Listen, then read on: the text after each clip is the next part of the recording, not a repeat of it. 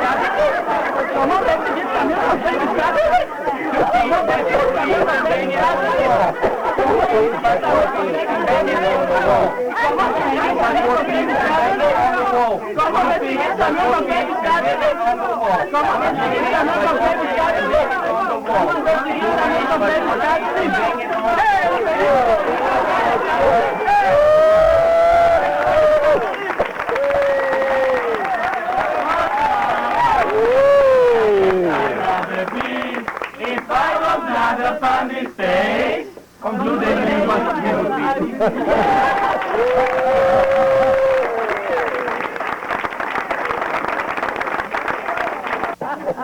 And now the next one is called the Crocodiles Choir, but I see who's putting the music on actually. And Jarmo with the Crocodiles Choir.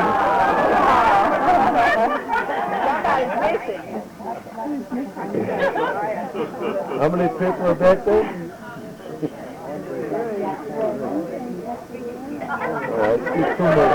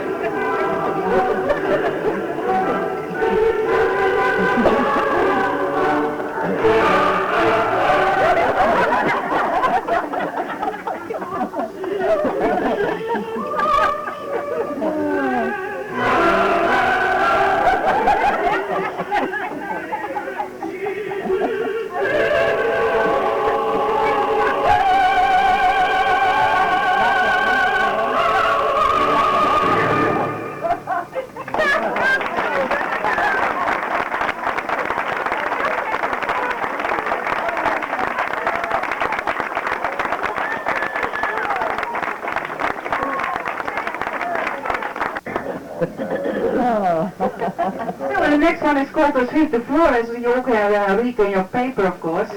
You see, during your cruise, you see your bartenders, they serve your drinks. The restaurant crew, they serve your dinners. You see us in the reception.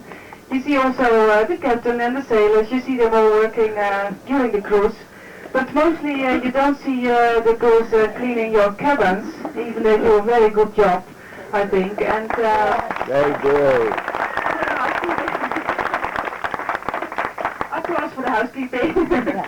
So now we're going to show you how we clean your cabins when you are on an excursion. So because you all go in the bus, and then they clean your cabin. So we're going to look to them. Sweep the floor.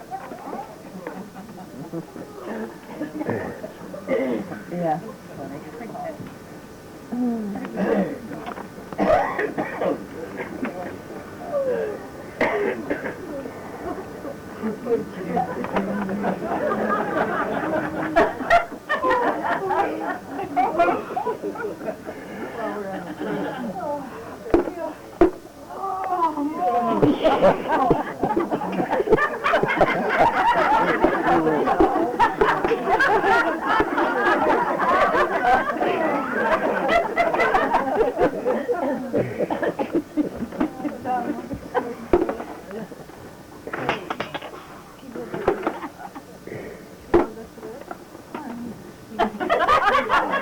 So the supervising as supervisor is coming up. Excuse me. I don't want to disturb you, but people are coming and look at this. It's dirty. Okay. I show you one time how to do it. The bucket. This is the mop. And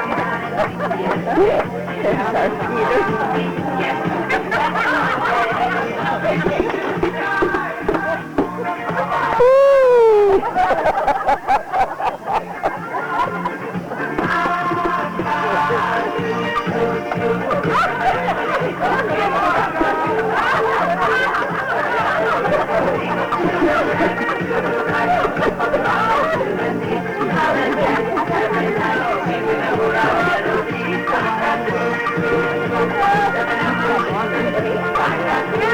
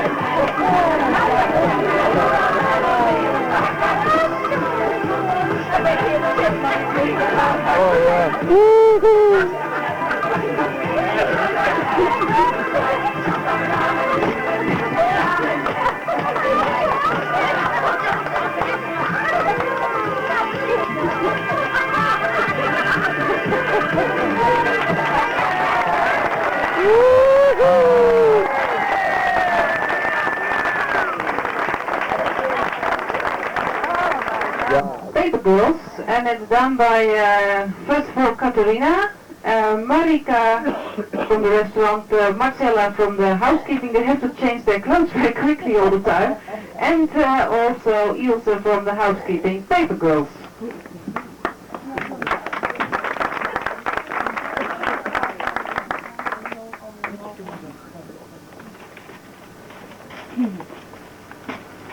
Paper Girls.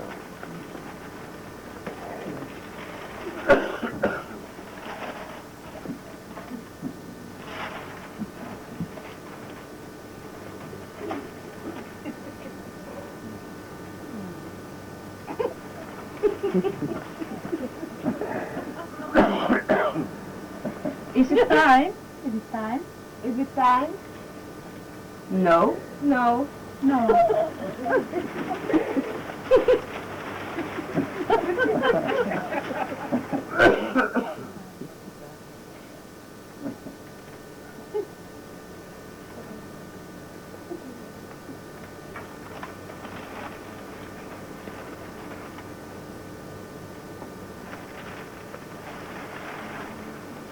Is it time? Is it time? Is it time? No. No. No.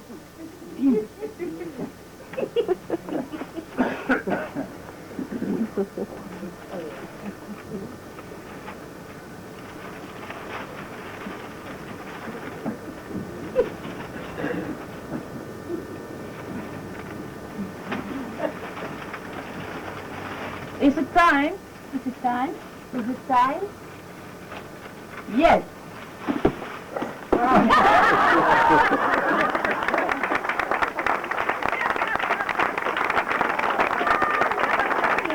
The sister act. So today you've been in Holland, you've been to the Lutheran church, and there I was there as well.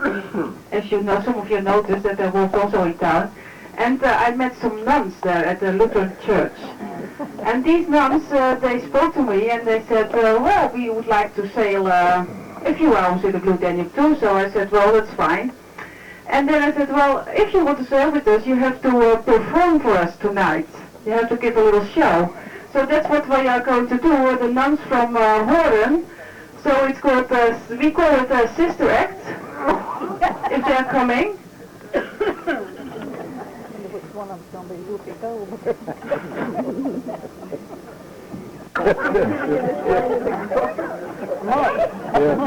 But he's the sister.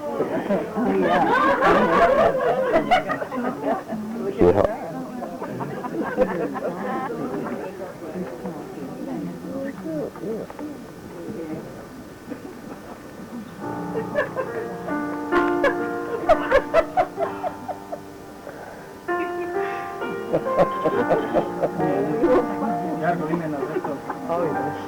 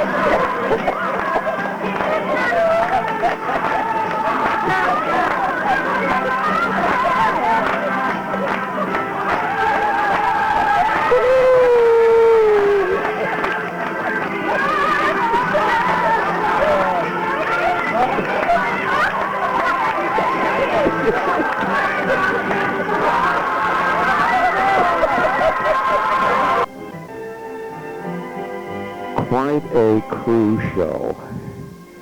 Lots of belly laughs. After a good night's sleep, got up in the morning and it is Friday, day 14. And at 9 o'clock, we're going to be sailing to Volendam. Going to have an early lunch, and then we're going to stroll through Volendam. So, let's go out on deck.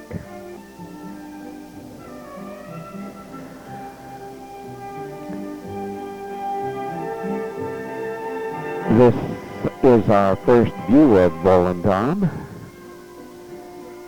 We had visited there many years ago, and at least Lois and I thought that there was certainly more building now than there were then. Well, after we docked, Betty and Len and Lois and I took a quick stroll around the town. That was even before lunch. Beautiful day. Not many people around.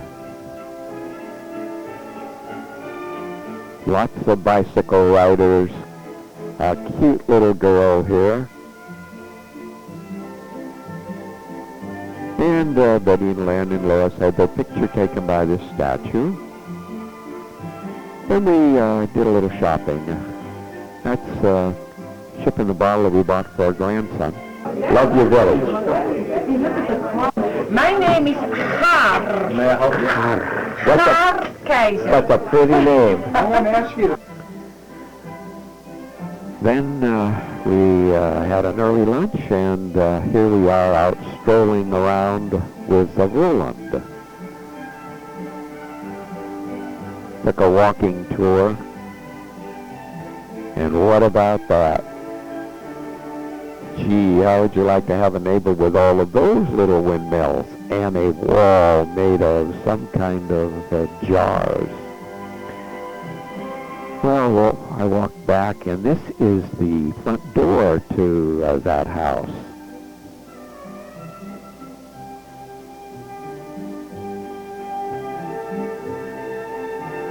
And by the way, although there are much similarities between Volendam and Marken, where we're going to be going to, Volendam is a Roman Catholic village, while Marken is Protestant. And actually, we were told that these religious differences are reflected in their costumes.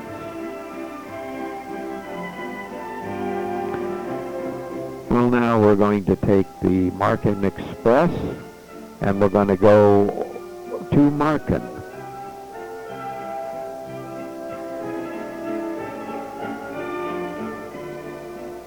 Look at the lean on that little house.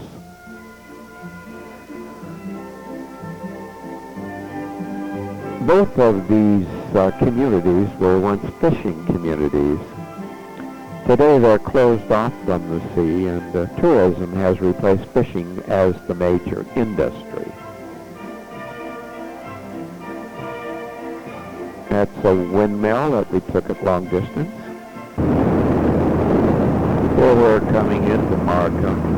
As you can see, it's a very small island.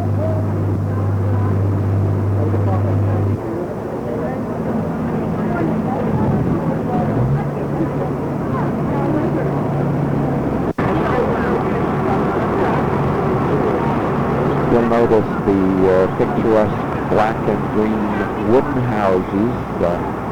Most of them are on stilts.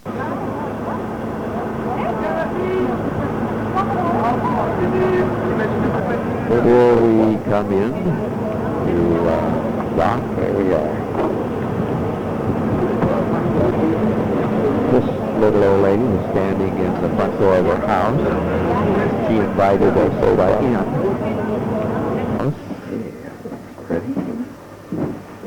Very, very small, very clean.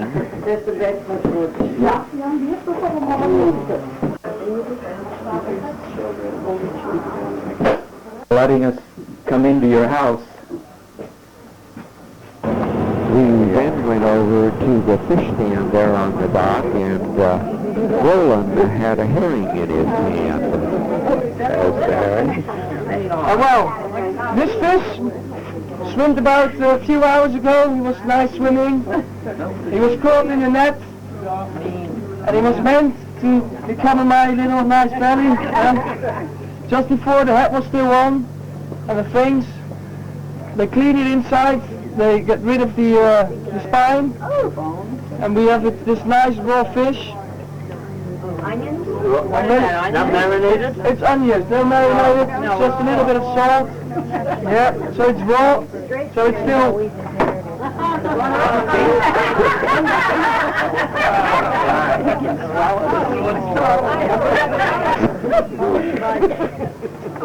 Roland really enjoyed that raw herring. There's some of the other fish that I really need to know if you like it or not, because then I can start a herring stand there in the States. We then took a walk around the little village. And we went in here. Now let me tell you, it was crowded. You can see here, it's extremely difficult to think, but it was sure interesting. This is the place. This is the room, dear. What was the guest bed for the guests? That was for the guests. Oh, for the guests? For the guest bed, yes. We had been in this house many years ago, and we were the only person going through it at that time. And that was the baby on the top? Yeah. 3 kids on the bottom. Here's the kitchen.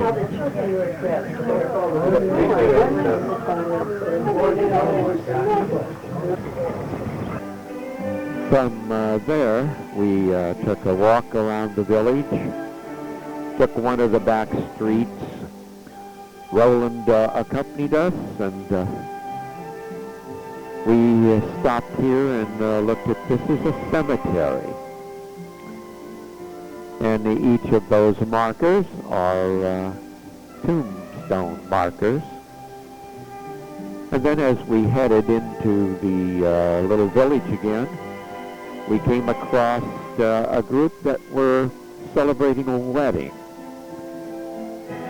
And Jack was ahead of us, and he got this picture of the wedding party. There's the bride and one of the attendants.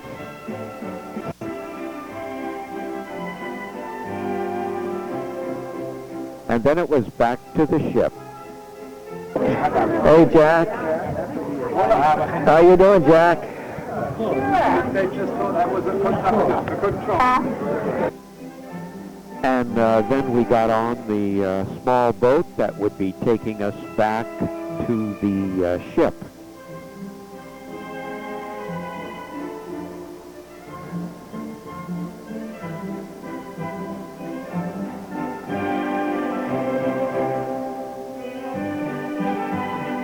here we are. We're leaving Marken, heading for Volendam.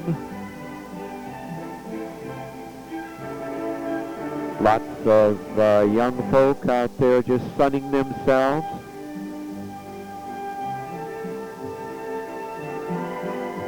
Many sailboats were out that day. And here we come into Volendam.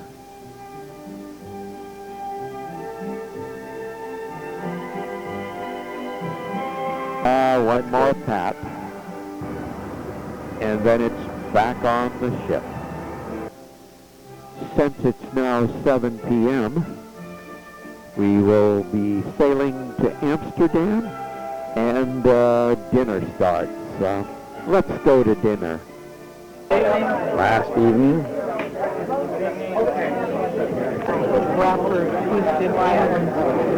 Turn around, I guess? yes, would you? Isn't that, oh boy, thank you. There's my bell peppers with something or other. Broccoli.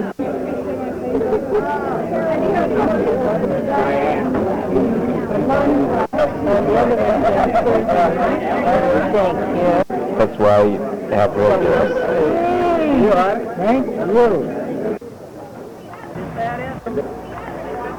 Then it was out on deck to enjoy the sights. And I ran into Doug and Joyce. And Joyce says, hey, let me take a video of you and Doug. And said, hey, great. So here it is. You did a great job, Joyce. Do I just click it? Like Yeah, a it's regular? going now. I can see it's going. This is oh, no, you got it again. We're going to, yeah, right. You're doing good. Well, the sun is setting, and In the west. yes, and we're heading to Amsterdam, just about there. About 2 minutes. 2 minutes, and we're there.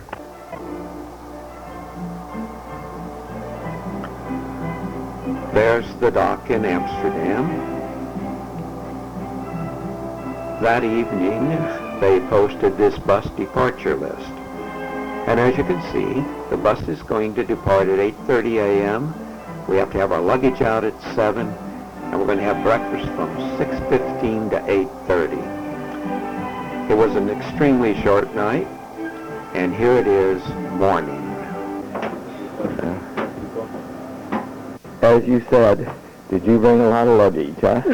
Yeah. Well, we weren't sure whether it'd be hot or cold here, so we just brought everything. Good for you. And your book? It's titled Finding Your Financial Freedom. It's written primarily for women, George, because they keep making the same mistakes over and over and over. But I think Amazon.com has it? Okay. Or best book buys. Right. You ever look at that? No. Best book buys. And you, what did you named it differently on the first time it's on. Women should mind their own business, or someone else will. Yeah. That's a clever I'm title. thinking of doing another book titled Coffee Can Investing. Does that sound appealing? Yes, it does. Does it? I'll drink to that. How about the one about they've killed Grandma? Well, I had, another one that was Investors Watch Out, they've eaten Grandma. You know that title? Yeah, I like that. Well, good. That was based on the idea that just as Red Riding Hood went through the woods and thought Grandma would save her when she got there, but the wolves had beaten her to it. Oh. It's the same, and people run to experts and think the experts are going to help them. But they don't. They aren't. Did you notice that huge cruise ship is now docked at the new terminal? Yeah, It's Well, on George. and going. Well, George and Lois, I want to know how your trip was, and what was the highlight of your trip? Of meeting you. Give me another try, Doug. An author. It's been a great It has been a great trip. And what did you think of the cruise show the other night? Oh, it was I hilarious. thought that was good. He has it all on tape. It's on tape, and I jiggle both up here and right here. Laughing so It was really good. And what time does your flight leave? Our flight leaves at 11:50. Oh, and what airline are you flying on? KLM. Oh, that'll be a nice one with a hot rolls. So you'll still have good food on the way home. Yes, we will. We're looking forward to it. And the desserts. Oh, yes, the dessert. We need a little bit of sweetness in our food. We do. I think we've had plenty. You know, I really like it better on the other end of this camera. So do you think you're going home with a Dunlap around the waist? Yes, a big one. Well, we've had plenty. Oh, wait, we have someone else joining the group. I don't want to be in cook. Yes, there. Whoops. You don't, you don't want to be in on this? I'll be in on anything. What's the highlight of your trip? Just meeting all the people and seeing all the places and enjoying ourselves. Let's see, I missed you. All right, now I'm back on you. Now, how do I turn it? Close it off. Push close? Just press the button. I'm about. You all had a good breakfast, and I see you are all ready to leave. I think, no. I would like to have you for another trip. It's 4.5 meters below sea level, right? And it really, ship hole really means what it sounds like, ship hole. This used to be a lake, they drained it out, and now it's an airport, since now but already many years. The largest in the Netherlands, and business people from all over the world, they are elected here the Schiphol shopping, I mean duty-free shopping, they say that it is the best in the world.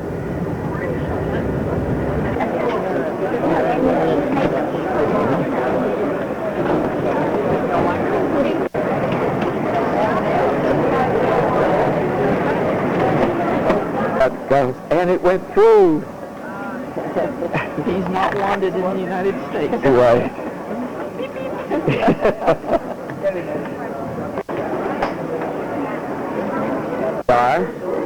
Are you you're ready to leave, are you? I'm never ready to leave. Never ready to leave? But we're going to be in row 58 now. 58? Aren't you back there? Yes, we're going to have a party. Oh, good. You're at 54. Yeah. Save some dessert for us. We'll try. Okay, how about the filet mignon? That sounds good. Okay. It's been a great trip. Yes, it has. There's our airplane.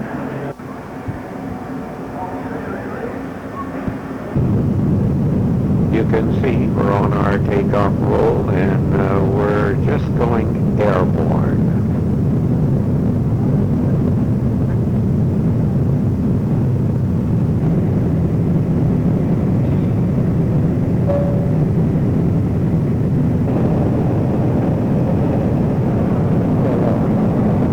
Flying over Iceland.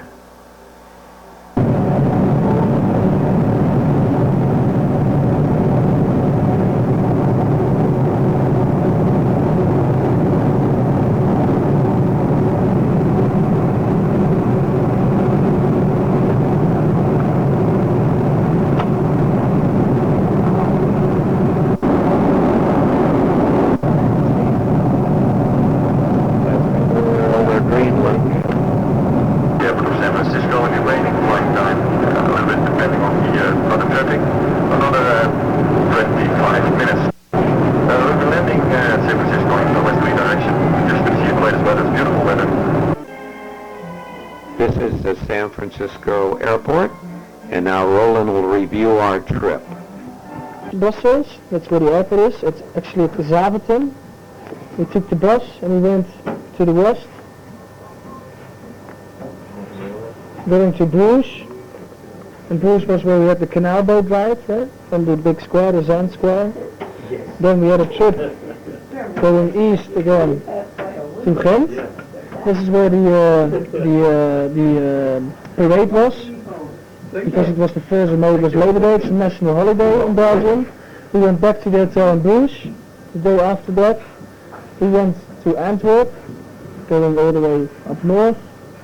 Antwerp, we had it's the biggest port of Belgium. Antwerp is situated on the river Scheldt, which is this river. It goes all the way into the border, into the Netherlands, and it changes into Western Scheldt and Eastern Scheldt. From Antwerp we went crossing the border here, we came into the Netherlands. We passed Dordrecht and Rotterdam, the biggest port of the world. We stopped at Delft and we had a visit of the Delft Pottery. Then we take the A4 all the way up north, going to Amsterdam where we boarded the ship. In Amsterdam we had 3 days. We visited Amsterdam, we went to the diamond factory and we had a city tour there. Then we had the optional going to Haarlem. So this is Haarlem. The next day we went to Aalsmeer, which is just below Amsterdam, with the biggest auction of the world, flower auction. We went back to Amsterdam. Then with the ship we went all the way down, taking the Amsterdam Rhine Canal, which connects Amsterdam to the river Rhine. And at Tiel we went to the east, and the river Waal, which is one of the tributaries of the Rhine River. We went to Nijmegen. We docked at Nijmegen. We went out with the bus going to Groesbeek, where the Liberation Museum was.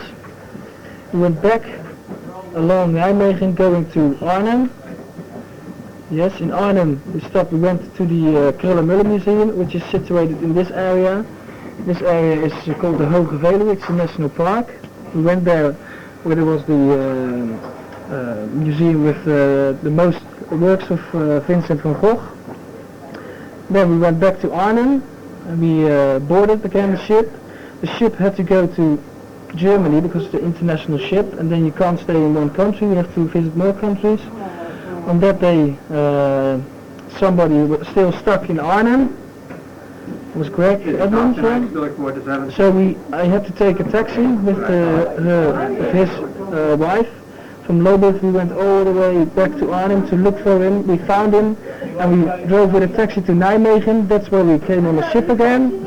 We took the Waal River, going all the way down to the west. And we boarded at CXA. CXA we had the city walk with me, yeah. And then we took the bus through Schouwen-Duiveland going to the Delta Project. The Delta Project is not only this storm surge barrier, there's also the Brouwersdam barrier, and there's also a barrier around here. It's the Zeeland Bridge, we got the Grevelingen Dam, and the Volkerrock sluices. So then the ship, while we were going to the Delta Works, the ship was going to dock at Vere, which is where we are right now. Tomorrow we will be going with the bus to Middelburg, we have a city walking tour there. Then we take a bus, we go all the way to Zuid-Beveland. We're taking the Zeeland Bridge, going to Bruinisse, there we'll be getting on the bus again. We take the ship going through the Grevelingen Lake, the Volkerrock, the Hollands Diep, the Dordtse Kil, and we were docking in Dordrecht. We stay there overnight. Then we take the Noord River. We go on the lek and we get out at Schoonhoven, you know, the silversmith who came here to show how it works. Schoonhoven is a silver city. Then we take the bus, we're going to Gouda, and that's Gouda, you know, there's Gouda, Gouda cheese. Are we going to be able to buy some there? You can buy cheese in Gouda, but I'm not sure if you can take it back home because we put it not usually. You can. If it's sealed? It's sealed as long as it's wrapped. If it's sealed you can take it back, so that's very good. So from Gouda we will go heading east along the Gouda River, going to Lisse, and that's where the Keukenhof is. That's the flower park, and you're really gonna love that.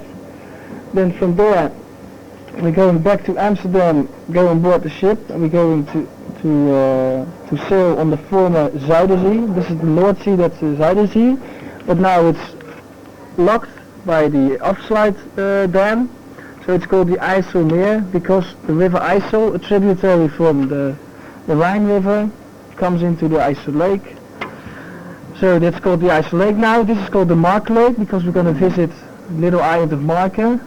And they dammed this part of the Ice Lake because before they did dam and dike this side of the Zuiderzee, which is now the new province of Flevoland. So we gained this from the water. This is the 12th province. So when we're in Amsterdam, we're going to Enkhuizen.